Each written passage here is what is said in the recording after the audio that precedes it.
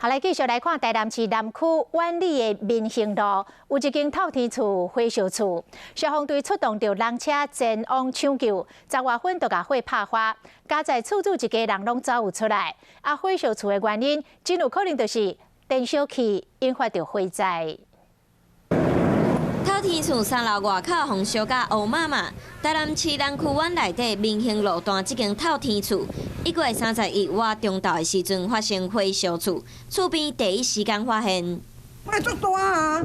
我硬甲拢问啊，恁兜咧火烧厝啦，伊较大拼出来啊。因为厝边咧火，厝主一家伙赶紧冲出来，消防队一到位10多分钟就甲火势控制。根据厝主和厝边咧讲，火烧厝敢若是电烘炉造成的。听因兜的人讲因电暖气算吹吹咧，即摆囡仔落来，电暖气无关。 电烘炉导火原因该调查，不过用这种的电器真正的细腻。台南市长王伟霆就请消防队做一个试验。看看这个棉絮放进去，接近卤素灯，